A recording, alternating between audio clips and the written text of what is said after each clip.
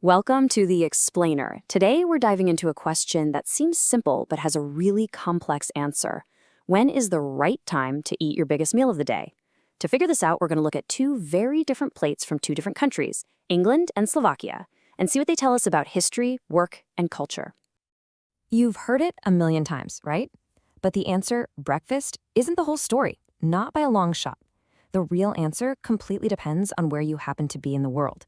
So let's see how this actually plays out by comparing two pretty distinct European cultures. So let's start at the beginning, or at least what seems like the beginning, the first meal of the day. But you're about to see, this is exactly where the food philosophies in England and Slovakia start to go in totally different directions. Okay, over in England, you can start your day with the legendary Fry Up, and let me tell you, it is a beast of a meal, designed to pack a serious punch. We are talking about a plate that is absolutely loaded with all kinds of savory fried goodness.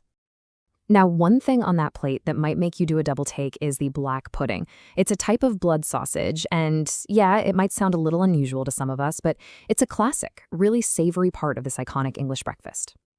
And when I say energy punch, I am not kidding.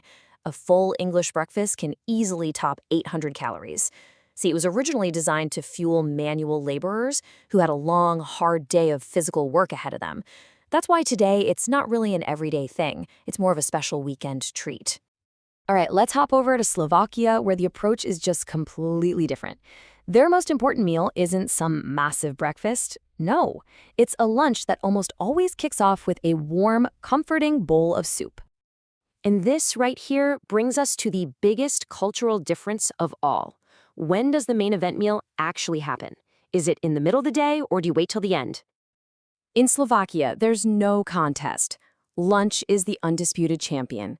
It's a hot meal, usually eaten around noon, often in work or school canteens. But in England, the main meal is an evening thing, and it's called dinner.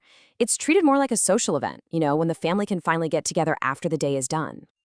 Yeah, looking at it on a timeline really makes it clear, doesn't it? The peak eating time happens at completely different points in the day. It's midday for Slovaks and way into the evening for the English. It just reflects two totally different daily rhythms.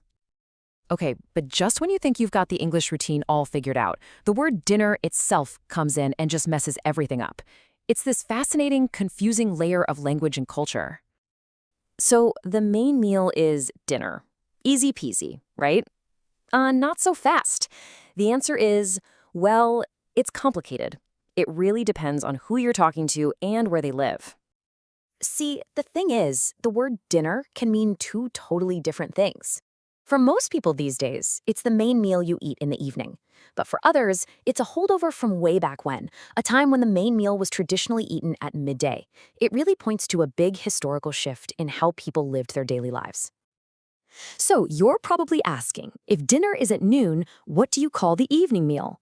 Well, that's where the word supper comes in. Supper is that lighter, smaller meal you'd have in the evening. It's kind of like a linguistic fossil from a bygone era. All right, so while the English are having an identity crisis over the word dinner, let's pop back over to Slovakia and take a closer look at the food itself. I mean, with such a big focus on a midday meal, you might be wondering, is it healthy? Slovak food is this really interesting mix. It's kind of got this split personality. On one time, you have these incredibly nutritious things like soups and fermented sauerkraut. But on the other, you've got these really rich, heavy, calorie-dense dishes like dumplings and roasted meats that are loaded with fat and carbs. And really, that's the whole key, isn't it? It all comes down to balance. Like with so many traditional cuisines, these heavy, super delicious dishes aren't meant to be eaten every single day. But as part of a varied diet, they fit right into a healthy lifestyle. So what does all this tell us? Well, it shows that what's on your plate, and when it gets there, is basically a story about your culture. From the English fry-up built for laborers to the Slovak midday meal built around the workday, every plate has a story to tell. And that kind of leaves me with one last question for you to, well, chew on. Think about your own day, your own main meal. What story is it telling about your life, your history, and your culture?